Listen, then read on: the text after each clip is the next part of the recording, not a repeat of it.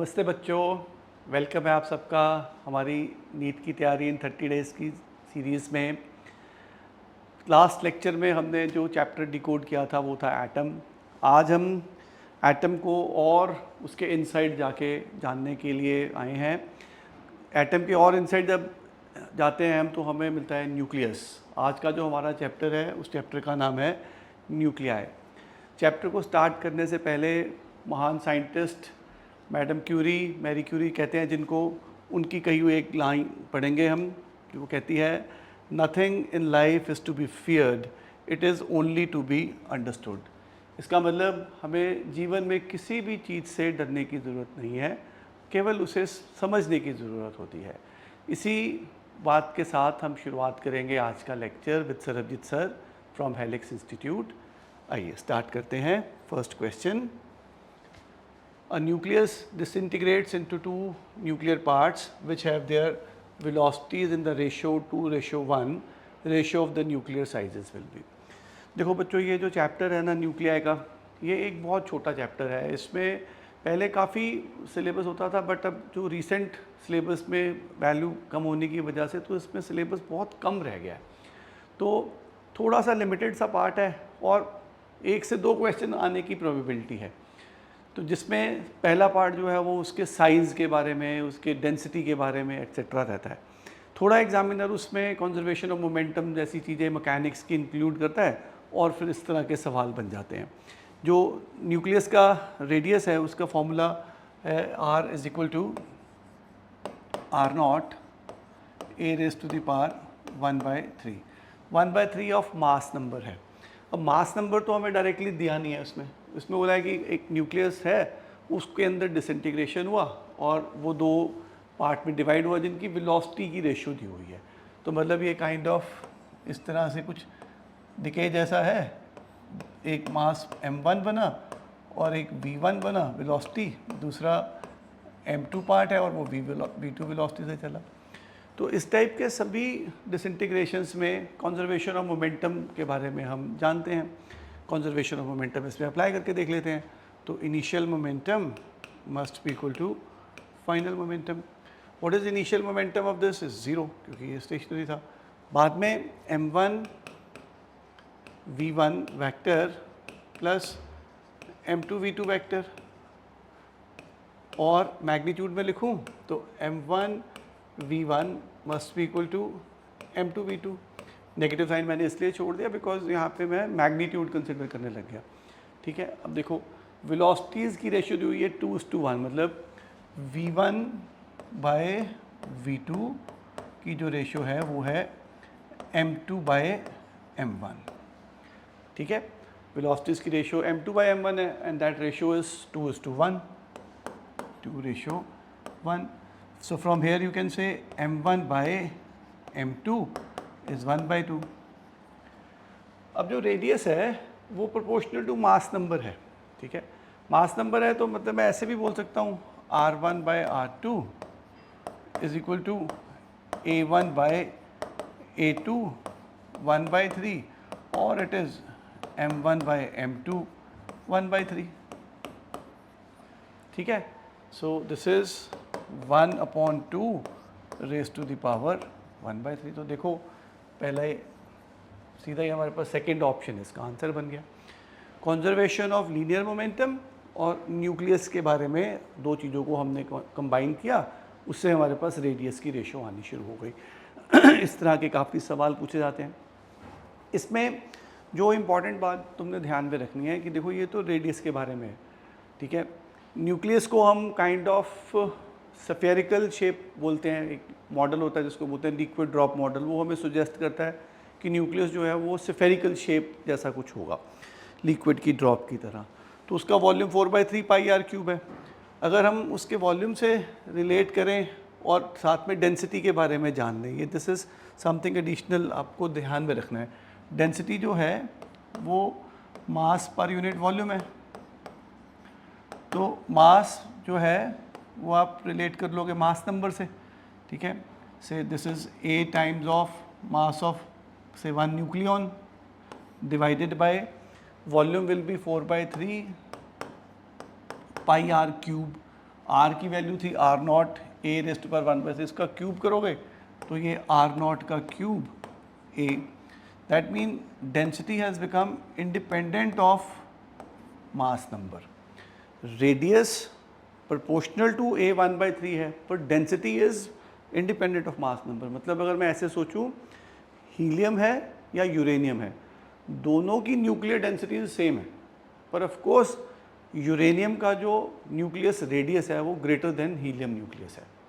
ठीक है, radius keep on increasing with mass number but density of nuclear matter remain constant. ठीक है बच्चों, तो इस क्वेश्चन के साथ आई होप तुम्हें साइज़ और रेडियस के बारे में काफ़ी इन्फॉर्मेशन मिल जाएगी। तो देखो इस चैप्टर में ना बहुत कम सिलेबस है, बहुत ही कम सिलेबस। पहला पार्ट है जो इस तरह से साइज़ और न्यूक्लियस के बारे में बात करता है, सेकंड पार्ट है उसकी बाइंडिंग एनर्जीज़ के बारे में बात करता है, फिर अल्फा डीके बीटा डीके के बारे में सिंपल सी बातें होती हैं। तो नेक्स्ट क्वेश्चन जो हम ले रहे हैं वो अबाउट बाइंडिंग एनर्जी है। बाइंडिंग एनर्जी का जो कॉन्सेप्ट है, मुझे लगता है ये इस चैप्टर का सेंट्रल कॉन्सेप्ट ही है। इस क्वेश्चन को करने से पहले हम जो एनसीईआरटी से रिलेटेड बाइंडिंग एनर्जी कर्व है उसकी थोड़ी सी इन्फॉर्मेशन अपने दिमाग में सेट कर लेते हैं, फिर इस तरह के हम कितने भी क्वेश्चन ट्राई कर सकते हैं। ठीक है, तो पहले हम binding energy per nucleon curve with mass number में क्या समझाया जाता है, थोड़ा सा इसको समझ लेते हैं। ये क्लिप मैंने एनसीईआरटी से ली है।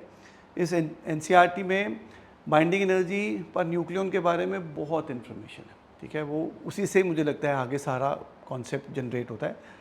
देखो ये क्या है, बाइंडिंग एनर्जी पर न्यूक्लियन, जो जितने भी न्यूक्लियस एग्जिस्ट कर रहे हैं अर्थ पे, उन सब की बाइंडिंग एनर्जी कैलकुलेट की, उसको divided by number of nucleon किया, वाई एक्सिस पे उसको प्लॉट कर दिया against mass number of nucleon. तो ये बड़ी इंटरेस्टिंग कर्व बन के आती है। इस कर्व में जो इम्पॉर्टेंट फीचर्स हैं वो ये हैं कि कुछ तो पार्ट इसमें ऑलमोस्ट कांस्टेंट रहता है, कहीं बाइंडिंग एनर्जी कम है, कहीं बाइंडिंग एनर्जी पर न्यूक्लियन ज़्यादा है। पहली चीज़ जो इसमें समझने वाली है कि हमें इससे स्टेबिलिटी कैसे पता चलती है। स्टेबिलिटी का इशू इसमें कैसे है कि हायर बाइंडिंग एनर्जी जो है, high binding energy per nucleon leads to high stability. High BE/A is more stability. ठीक है, जितना ज़्यादा बाइंडिंग एनर्जी पर न्यूक्लियन होगा उतनी ज़्यादा स्टेबिलिटी होएगी।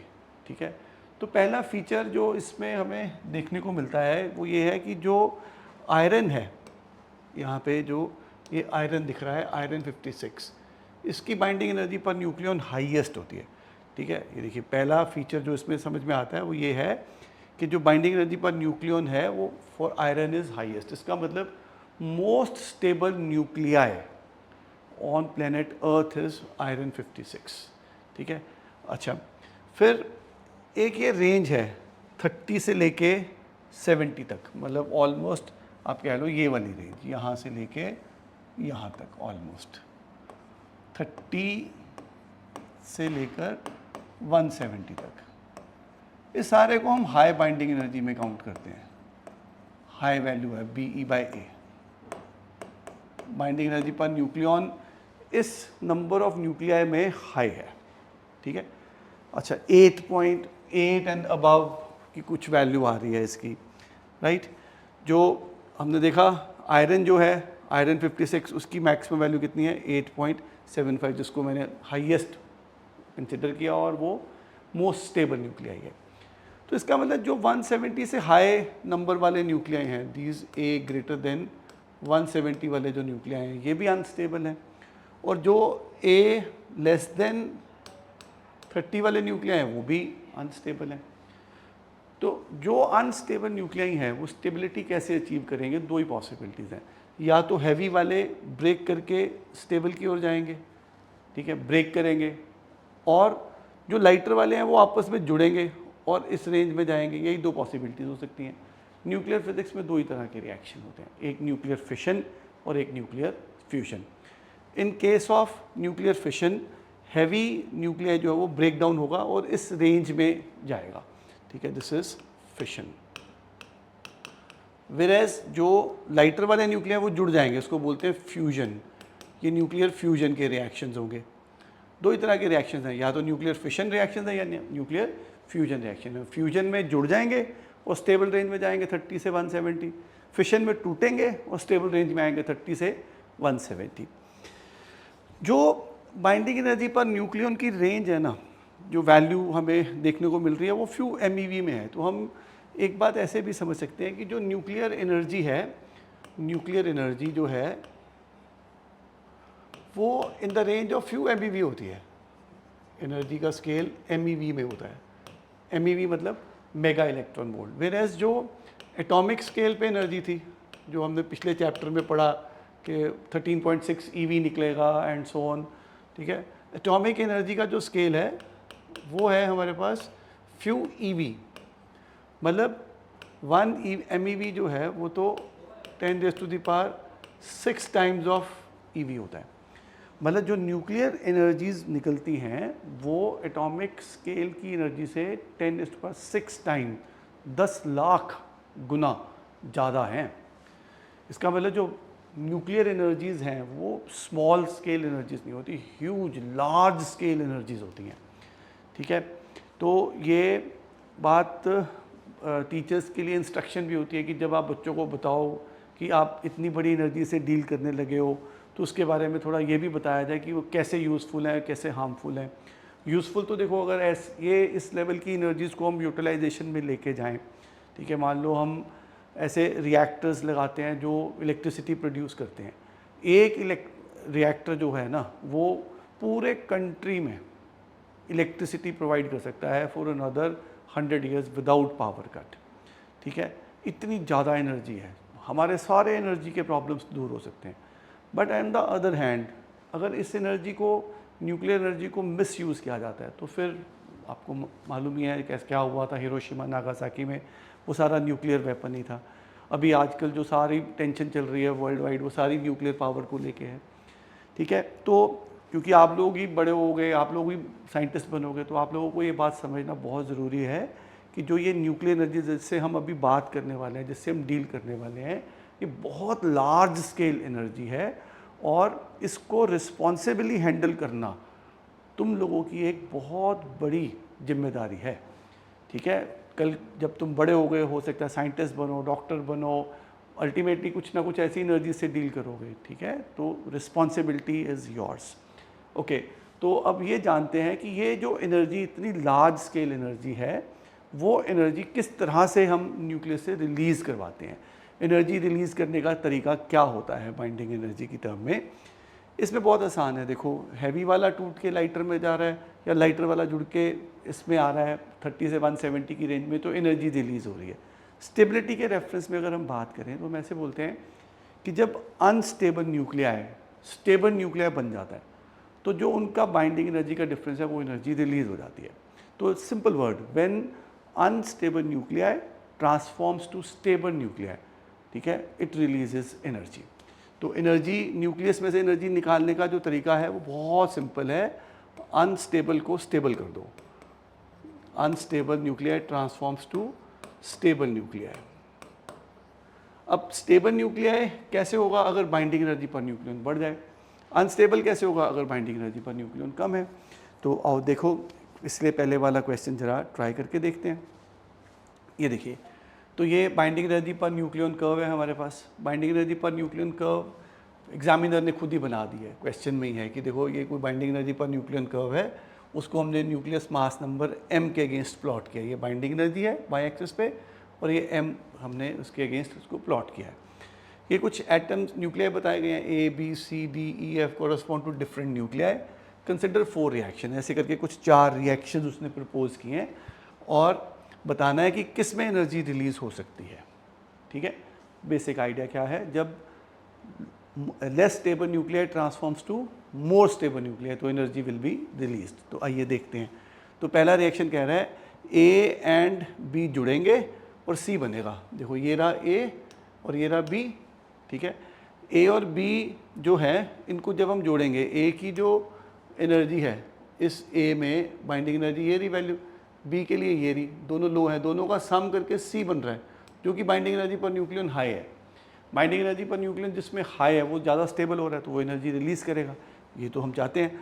तो इसका मतलब ये तो पॉसिबिलिटी है इस रिएक्शन में, तो ये तो यस हो गया। सेकंड केस में कह रहा है कि जो सी है ना वो ए और बी में टूट रहा है, मतलब ज़्यादा स्टेबल वाला कम स्टेबल में कर रहा है, भाई ये इसमें एनर्जी नहीं रिलीज होएगी। Less stable transforms to more stable, तो इसका मतलब ये नहीं है। Then D plus E turning to F, D का बाइंडिंग एनर्जी ज़्यादा है पर न्यूक्लियन, ई का भी बाइंडिंग एनर्जी पर न्यूक्लियन ज़्यादा है, ये दोनों जुड़ के कम बना रहे हैं, अगेन नॉट पॉसिबल। ठीक है, ओके। फिर है हमारे पास एफ ब्रेक डाउन में जा रहा है और डी और ई में बदल रहा है।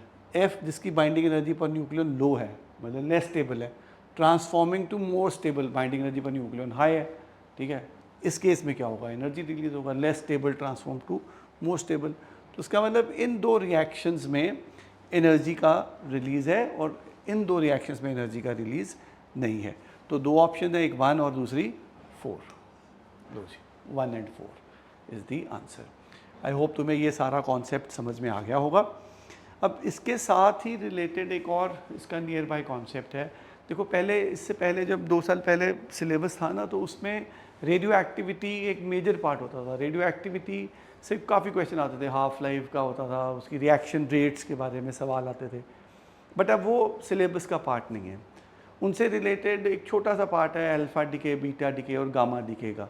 ठीक है, हल्की सी इंट्रोडक्टरी है, वो भी डिटेल्ड एनालिसिस नहीं है, तो वो उसके लिए भी मैंने आपके लिए थ्योरी यहाँ पे इकट्ठी करके रखी है, ताकि आपका आने वाला जो टाइम है वो बहुत इसमें यूटिलाइज हो जाए। पहले थोड़ी सी वो थ्योरी समझ लेते हैं, फिर नेक्स्ट क्वेश्चन अटैक करते हैं। ये लीजिए तो 3 तरह के डिके हैं न्यूक्लियर रिएक्शंस में, एक है अल्फा डिके, दूसरा बीटा डिके और तीसरा है गामा डिके। जो अल्फा डिके है उसमें क्या होता है, आइए देखते हैं। अल्फा डिके में ये अल्फा डिके की इक्वेशन है। पहले इन 3 इक्वेशंस को ज़रा ध्यान से समझ लेते हैं। अल्फा डिके में जो न्यूक्लियस है एक्स, इसको बोलते हैं ये डॉटर न्यूक्लिया है, ये अनस्टेबल डॉटर न्यूक्लिया है। Unstable daughter nuclei transforms to stable, sorry this is parent nuclei, not daughter nuclei. X is parent nuclei जो अनस्टेबल है and that transforms to daughter nuclei Y. ठीक है, जो alpha decay है, alpha decay में parent nuclei में से helium का न्यूक्लियस बाहर आता है। हीलियम के न्यूक्लियस का जो मास नंबर है वो 4 और उसका Z नंबर ऑफ प्रोटॉन्स उसमें है 2। तो पेरेंट न्यूक्लिया में Z में 2 कम हो जाएगा और मास नंबर में 4 कम हो जाएगा। ठीक है, this is called as alpha decay, this decay is alpha decay. तो सिंपल सी बात याद रखना कि जब भी अल्फा डिके होगा, पेरेंट न्यूक्लियाई में मास नंबर 4 से कम हो जाएगा और Z नंबर उसका 2 से कम हो जाएगा। ठीक है, ओके। फिर आता है हमारे पास बीटा डिके। बीटा डिके जो है वो 3 तरह से रिएक्शंस होते हैं। एक को बोलते हैं बीटा नेगेटिव, एक को बोलते हैं बीटा पॉजिटिव और एक होता है बीटा ज़ीरो। बीटा नेगेटिव जो है सबसे पॉपुलर वो ये है, X is turning into Y, Z+1 electron plus, इसको बोलते हैं एंटी न्यूट्रिनो। जो ये बीटा डिके है, बीटा डिके उसमें 3 तरह के डिकेज बता रहा हूँ आपको, इसको हाईलाइट करके बोलता हूँ, this is called as beta negative decay. इस केस में क्या होता है, जो न्यूक्लियस में न्यूट्रॉन है वो ट्रांसफॉर्म हो जाता है into proton and electron and anti neutrino. ठीक है, ये एंटी न्यूट्रिनो है, दिस वाज चार्जलेस। ठीक है, एक्सट्रीमली स्मॉल मास पार्टिकल। पहले तो ये डिटेक्ट ही नहीं हुआ था कितना टाइम, फिर इसका डिटेक्शन हुआ, तब जाके क्लियरिटी हुई कि बीटा डिके में 2 नहीं बल्कि 3 चीज़ें आती हैं। एक है जो डॉटर न्यूक्लियाई बनता है और एक इलेक्ट्रॉन जिसको हम बीटा नेगेटिव बोलेंगे, और एक ये है एंटी न्यूट्रिनो। ठीक है, बहुत कम मास होता है, ऑलमोस्ट मासलेस पार्टिकल होता है ये। ठीक है, अच्छा, क्योंकि देखो न्यूट्रॉन प्रोटॉन में ट्रांसफॉर्म हो रहा है। ठीक है, न्यूट्रॉन प्रोटॉन में अगर ट्रांसफॉर्म हो रहा है तो प्रोटॉन का नंबर तो बढ़ गया, पर न्यूट्रॉन और प्रोटॉन का सम अभी भी सेम रहेगा। इसका मतलब इस केस में जो A की वैल्यू है वो चेंज नहीं होती, मास नंबर A जो है वो अभी भी सेम रहता है, पर जो Z है, क्योंकि नंबर ऑफ प्रोटॉन्स बढ़ गए तो Z की वैल्यू Z+1 हो जाती है। ठीक है, अच्छा, वेयर एज इलेक्ट्रॉन जो न्यूक्लियस में बना वो न्यूक्लियस में स्टे नहीं कर सकता तो वो बाहर आता है। इसको हम बीटा नेगेटिव बोलते हैं, this electron is called beta negative, ठीक है। Then we have another possibility of reaction जिसको बोलते हैं beta positive decay, this is another one. ये वाला जो रिएक्शन है ये है बीटा पॉजिटिव डिके, इसको बीटा पॉजिटिव डिके बोलते हैं। इसमें क्या होता है कि जो न्यूक्लियस में प्रोटॉन है वो ट्रांसफॉर्म होता है इनटू न्यूट्रॉन और साथ में बनता है उसमें positron and neutrino. E positive positron ये एंटी पार्टिकल ऑफ इलेक्ट्रॉन है। एंटी पार्टिकल का मतलब होता है ऐसा पार्टिकल जिसका mass same as of particle है बट चार्ज ऑपोजिट है। तो आप ये नहीं कह सकते कि जो प्रोटॉन है वो इलेक्ट्रॉन का एंटी पार्टिकल है, नो। पॉजिट्रॉन जो same mass as of electron है बट ऑपोजिट चार्ज है, is called as anti particle. तो इस रिएक्शन को हम पॉजिट्रॉन एमिशन भी बोलते हैं और बीटा पॉजिटिव डिके बोलते हैं इसको, ठीक है। फिर थर्ड जो रिएक्शन है, अच्छा इस केस में देखो क्या हो रहा है, जब प्रोटॉन ट्रांसफॉर्म होगा न्यूट्रॉन में तो प्रोटॉन का नंबर कम हो जाएगा। प्रोटॉन का नंबर कम होगा तो Z will turn into Z-1, whereas जो A है वो तो सम ऑफ प्रोटॉन एंड न्यूट्रॉन है। ऑल्दो प्रोटॉन का नंबर कम हो गया पर न्यूट्रॉन का बढ़ गया तो सम इज स्टिल सेम, तो इसका मतलब A इसमें भी नहीं चेंज होता, right. Then we have another interesting reaction जिसको बोलते हैं beta zero decay, this is beta zero decay, beta zero decay. Beta zero decay is जो हैवी न्यूक्लियस है वो अपने के शेल के पास वाले जो इलेक्ट्रॉन्स हैं उनको कैप्चर कर लेता है। उसमें कुछ ऐसा बोलते हैं कि जो प्रोटॉन है और के शेल इलेक्ट्रॉन, ठीक है, this is K shell. K shell electron के साथ क्लब हो जाता है and transformation of neutron and neutrino take place. और अब इसमें ना इलेक्ट्रॉन है ना पॉजिट्रॉन है तो इसमें से एमिशन कुछ भी नहीं मिलता हमें, तो हम इसको बीटा ज़ीरो डिके बोलते हैं। तो बीटा की 3 रिएक्शंस हैं, beta negative, beta positive and beta zero. इस केस में देखो क्योंकि प्रोटॉन न्यूट्रॉन में ट्रांसफॉर्म हुआ तो Z का वैल्यू फिर कम हो जाएगा but A plus Z is still same, तो A will still remain same.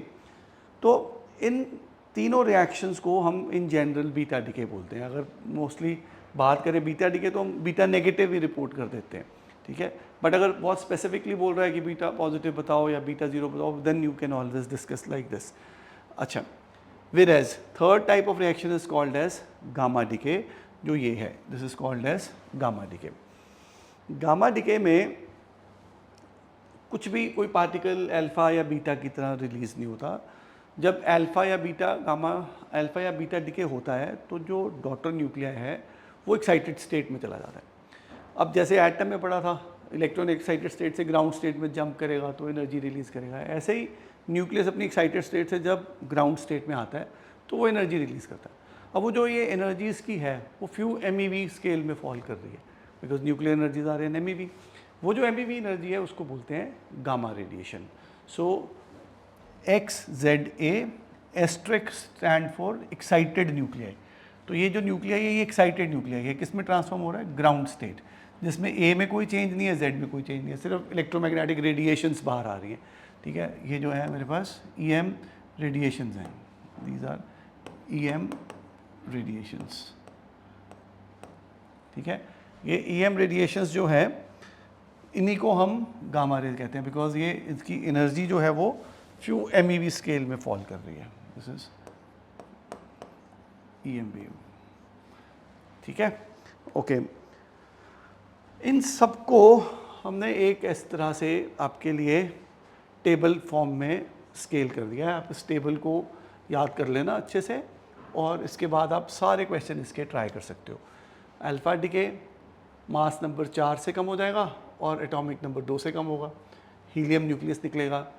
Beta negative decay, ठीक है, नो चेंज इन मास, सिर्फ एटॉमिक नंबर में चेंज आएगा, प्रोटॉन का नंबर बढ़ जाएगा मतलब +1 आ जाएगा, इलेक्ट्रॉन निकलेगा और एंटी न्यूट्रिनो निकलेगा। एंटी न्यूट्रिनो याद रखना, एंटी न्यूट्रिनो का जो एंटी पार्टिकल है वो न्यूट्रिनो है, ठीक है, जो बीटा पॉजिटिव में और गामा इलेक्ट्रॉन कैप्चर में निकल रहा था। तो सिमिलरली जब बीटा पॉजिटिव एमिशन होगा तब फिर no change in mass number but atomic number 1 कम हो जाएगा, पॉजिट्रॉन निकलेगा और न्यूट्रिनो निकलेगा। इलेक्ट्रॉन कैप्चर जिसको बीटा 0 कह रहे थे, उसमें भी Z विल डिक्रीज बाय 1 और 1 neutrino will come out. Gamma decay के अंदर no change in mass number, no change in atomic number, only photon that is radiations will come out. With this basic idea, basic revision, ठीक है, हम attempt करते हैं इससे related कुछ question. आइए ट्राई करते हैं। तो पहला सवाल जो है इसका वो कुछ इस तरह से है, the number of alpha and beta emitted during radioactive decay change starting from radon 88,226 and ending up to PB lead 82,206 is. देखो इसमें ना क्वेश्चन करने में बड़ी सिंपल ट्रिक होती है। अभी तुमने देखा जो मास नंबर है वो केवल अल्फ़ा डिके से चेंज हो रहा है, बीटा डिके जो मर्जी हो नहीं हो रहा, ठीक है। गामा डिके में चेंज दोनों में नहीं होता, ना जेड में ना ए में। तो आप सबसे पहले आप ऐसे क्वेश्चन में ना अल्फ़ा का नंबर कैलकुलेट करो, वो मास नंबर से डायरेक्टली आ जाएगा आपके पास। देखो ये पेरेंट न्यूक्लिया है 226, ठीक है, पेरेंट न्यूक्लिया जो है वो 226 है, वो ट्रांसफॉर्म हुआ डॉटर न्यूक्लियस में 206। दोनों का जो मास नंबर डिफरेंस है 226 माइनस 206, वो तो 20 का है, ठीक है। अब एक अल्फ़ा के डिके से 4 का चेंज आता है, तो इसका मतलब 20 डिवाइडेड बाय 4, 5 अल्फ़ा पार्टिकल्स तो निकले रहे हैं, तभी मास नंबर चेंज आ रहा है। अच्छा, 5 अगर अल्फ़ा निकलते तो Z में चेंज कितना आना चाहिए था, 5 इंटू 2, 10 का चेंज आता, 88 माइनस 10 78 आना चाहिए था, पर ये 78 की जगह पे क्या आ रहा है 82, मतलब 4 नंबर इसमें और बढ़ रहे हैं। 4 नंबर कैसे बढ़ सकते हैं अगर 4 बार बीटा पार्टिकल निकला हो, तो इसका मतलब आंसर है simple, 4 beta and 5 alpha. Low simple trick, बहुत इजी, ठीक है। सबसे पहले अल्फ़ा कैलकुलेट कर लो, फिर बीटा कैलकुलेट करो, क्योंकि मास नंबर के डिफरेंस है तुम्हारे पास अल्फ़ा तो स्ट्रेट फॉरवर्ड ही आ जाएगा, ठीक है। चलो आगे बढ़ते हैं, नेक्स्ट सवाल देखते हैं। लो जी, फिर इसमें फिशन फ्यूजन को लेके कुछ रिएक्शंस क्वेश्चंस हैं। पहला है फिशन रिएक्शन, यूरेनियम है, ठीक है, वो ट्रांसफॉर्म हो रहा है, एक्स वाई और 2 न्यूट्रॉन्स उसमें निकल रहे हैं, right. Binding energy per nucleon of X and Y का दिया हुआ है 8.5 MeV, वेरेज यूरेनियम 236 के लिए बोला है 7.6 MeV। Total energy liberated will be about. अब देखो जो हमारे पास एक्स एंड वाई बना वो 30 से 170, 30 से 170 की रेंज में आ रहा है, स्टेबल है, तो इसका मतलब एनर्जी रिलीज़ होने वाली है, ठीक है। कितनी एनर्जी रिलीज़ होने वाली है इसकी एनर्जी कैलकुलेट कर लो। ये दोनों ही 117 है, दोनों का binding energy per nucleon same है 8.5, तो मतलब मैं जो एनर्जी रिलीज़ निकालूंगा डेल्टा ई वो होगा 8.5 MeV। एक न्यूक्लियाई के निकलते हैं, I mean binding energy per nucleon है। अब है टोटल नंबर ऑफ न्यूक्लियन कितना, 117 प्लस 107 234 हो गया, इसको 234 से मल्टीप्लाई कर लो, ठीक है। इसमें से जो यूरेनियम है जिसकी बाइंडिंग एनर्जी पर न्यूक्लियन है 7.6 और उसमें कितने नंबर ऑफ न्यूक्लियन है 236। इसको सॉल्व करो, ये हमारे पास अप्रॉक्सीमेटली नियरली 195 आ जाता है। This is nearly 195 MeV। अब ये क्वेश्चन तुम्हारे लिए मैंने इसलिए पिक करके रखा है बिकॉज इसमें एक बच्चे बहुत कॉमन मिस्टेक करते हैं। वो कैलकुलेशन परफॉर्म करते समय ना क्या करते हैं, वो कहते हैं देखो इजी कैलकुलेशन ये है कि ये 8.5 पर न्यूक्लियन है और वो 7.6 पर न्यूक्लियन है, इन दोनों का पर न्यूक्लियन का डिफरेंस ले लो, 8.5 माइनस 7.6 विच इज़ 0.9, और इस 0.9 को नंबर ऑफ न्यूक्लियन से मल्टीप्लाई कर लो विच इज़ हेयर 236। इसको जब आप सॉल्व करोगे ना तो ये 215 के आसपास आएगा अप्रॉक्सीमेटली, ये 220 लिख देता हूँ, नियरली 220 के आसपास आएगा ये, ठीक है। मतलब उस केस में आप इसको 225 को भी ऑप्शन बना सकते हो, ये गलती हो जाती है। ठीक है, यहाँ देखो क्या हो रहा है कि जो ये दो न्यूक्लियर बन रहे हैं ना एक्स एंड वाई, वो 117 एंड 117 है, 234 बन रहा है टोटल सम, न्यूट्रॉन तो गए बाहर। ठीक है, तो डायरेक्ट कैलकुलेशन के चक्कर में मत पड़ना। ठीक है, और जब भी कैलकुलेशन करना है, जो ये मेरे पास प्रोडक्ट्स बन गए उसका नंबर ऑफ न्यूक्लियन अगर सपोज करो ये 8.5 और दूसरा कुछ और वैल्यू दिया होता तो फिर और सेग्रीगेट करके आपको कैलकुलेशन करनी चाहिए थी। यहाँ दोनों क्योंकि 117, 8.5, 8.5 दोनों सेम दिया था, इसलिए ये मैंने डायरेक्टली ले लिया। ठीक है, चलो, होप तुम्हें ये बात याद रहेगी कैलकुलेशन की 2 दिन के लिए, और नीट के पेपर में ठीक करके आओगे। और अदरवाइज़ आप ऐसे भी याद रख सकते हो कि जो बाइंडिंग एनर्जी पर न्यूक्लियन है किसी भी फिशन रिएक्शन में यूरेनियम वाले में, वो अप्रॉक्सीमेटली 200 MeV के आसपास ही आती होती है। ठीक है, कैलकुलेशन थोड़ी सी ठीक से करना and you can get the good marks. चलिए next question. A reactor using uranium 92-235 generates 1 megawatt power. ठीक है, 1 megawatt power is energy per second, मतलब वो 1 मेगावाट जूल पर सेकेंड है बेसिकली। ठीक है, gives that energy released due to the fission of each nucleus of uranium atom 235 is 200 MeV। देखो वही दे रहा है ना कि यूरेनियम के एक एटम से जो हमें एनर्जी मिल रही है वो 200 MeV है। नंबर ऑफ फिशंस टेकिंग प्लेस पर second in the reactor is. तो एक ये रिएक्टर है, ठीक है, जो कितनी एनर्जी जनरेट कर रहा है 10⁻⁶ जूल्स पर सेकेंड। ठीक है, पावर जो है, पावर इज गिवन 1 मेगावाट मतलब 10⁻⁶ जूल्स पर सेकेंड जनरेट कर रहा है, इतनी एनर्जी जनरेट कर रहा है ये। एनर्जी जनरेट करने के लिए आप क्या बोलोगे कि भाई एक से जो एनर्जी मिल रही है 1 जो है वो कितनी है 200 MeV, 1 फिशन रिएक्शन से E मिल रहा है मान लो, उसको N से मल्टीप्लाई कर दो डिवाइडेड बाई T। जो ये N/T है यही तो number of fissions per second हो गया ना, इसको स्मॉल n लिख लो, तो this is small n into e. तो ये सीधा तुम्हारे पास कॉमन सा एक फॉर्मूला बार बार यूज़ करने वाला बन जाता है, power divided by energy of 1 fission gives you number of fissions per second in the reactor. Simple calculation है बस। अब 10⁻⁶ is power, energy given is 200 MeV। अब 200 MeV को जूल में बदलो। ठीक है, 1 EV is how much 1.6 × 10⁻⁻19 joule है। ठीक है, वेयरएज जब 1 MeV लिखोगे तो डायरेक्टली सीधा ही कर दो 1.6 × 10⁻⁻13 जूल यहाँ डाल दो इंटू 1.6 × 10⁻⁻13 जूल। इसको सॉल्व करो and you get answer which is 3.1 × 10⁻16। Second option हमारा आंसर है इसमें। ठीक है, तो सिंपल सवाल है ये, बहुत सिंपल सवाल, जिसमें power is total energy per unit total time और N/T को बोल सकते हो number of fissions per second, वही पूछा होता है, सॉल्व हो गया। ठीक है, चलिए आगे बढ़ते हैं नेक्स्ट क्वेश्चन की ओर।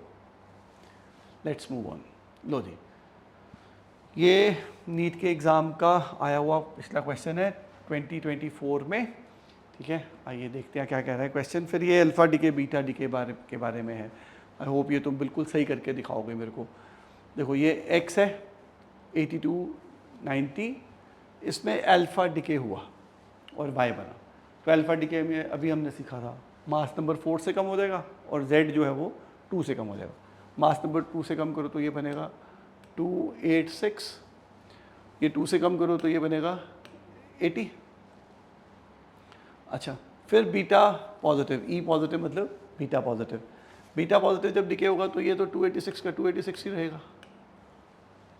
ठीक है, अच्छा, बीटा पॉजिटिव एमिशन में जो Z था उसका नंबर फिर से रिड्यूस हो जाता था by 1, so that mean this is 79, right. अब बीटा पॉजिटिव डिके हुआ, मास नंबर फिर नहीं चेंज होगा, मतलब दिस इज स्टिल 286। ठीक है। बट इस केस में Z 1 से बढ़ जाता था, न्यूट्रॉन प्रोटॉन में बदल रहा है तो प्रोटॉन का नंबर बढ़ गया, सो दिस इज 80, ठीक है। फिर से E नेगेटिव मतलब फिर से बीटा नेगेटिव डिके हो गया, इलेक्ट्रॉन बाहर निकल रहा है, ठीक है। Mass number will be still 286, no change, whereas Z will rise by 181। ऐसा क्वेश्चन आया और ऐसा ही दोबारा आ जाए तो गलत मत करके आना, ठीक है, और बिल्कुल सही करके आना। काफ़ी चांसेस है कि कुछ ऐसी रिएक्शन सी करके कुछ तुमसे पूछा जाए, राइट। आ जाओ नेक्स्ट क्वेश्चन की ओर बढ़ते हैं अब। लो जी, नेक्स्ट क्वेश्चन, ये भी हमारा नीट का एग्ज़ाम जो री नीट हुआ था 2024 में, उसके बारे में स्टेटमेंट्स से लेके सवाल है। स्टेटमेंट के सवाल आजकल काफ़ी ट्रेंडिंग से हैं, तो इसलिए ये स्टेटमेंट का सवाल आपके लिए रखा है। Select the correct statement among the following. पहली स्टेटमेंट है, slow neutron can cause fission in uranium 23592 then fast neutron. Yes, बिल्कुल सही है। फास्ट न्यूट्रॉन तो रुकता ही नहीं है, वो तो निकल जाता है, ठीक है। फिशन कॉज करने के लिए माइंड में ये बात याद रखना, स्लो न्यूट्रॉन जाके न्यूक्लियस में कुछ करेगा और तभी जाके इसका फिशन होगा। फास्ट मूविंग तो निकल जाता है, रुकता ही नहीं है। So first statement is correct. Second, alpha rays are helium nuclei, अभी पढ़ा हमने, this is correct, helium nuclei.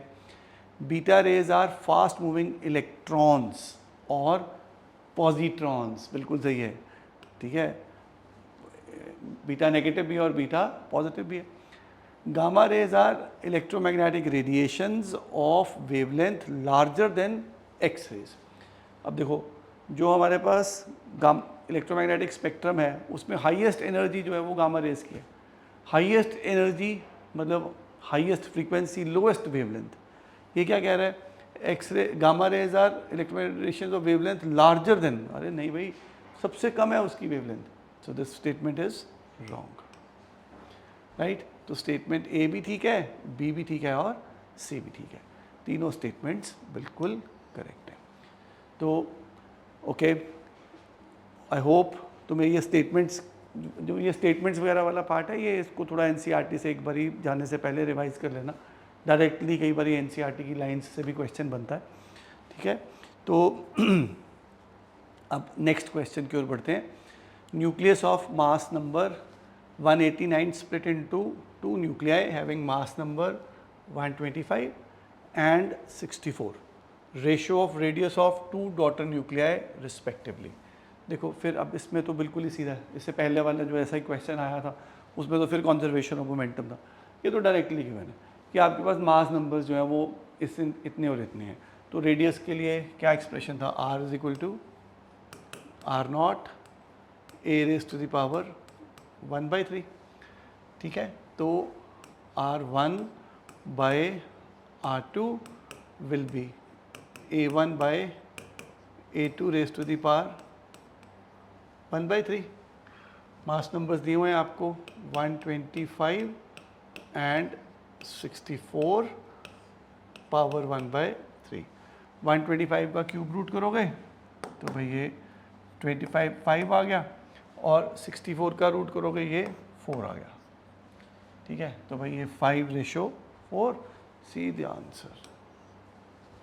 देख लो, नीट 2022 का क्वेश्चन है ये।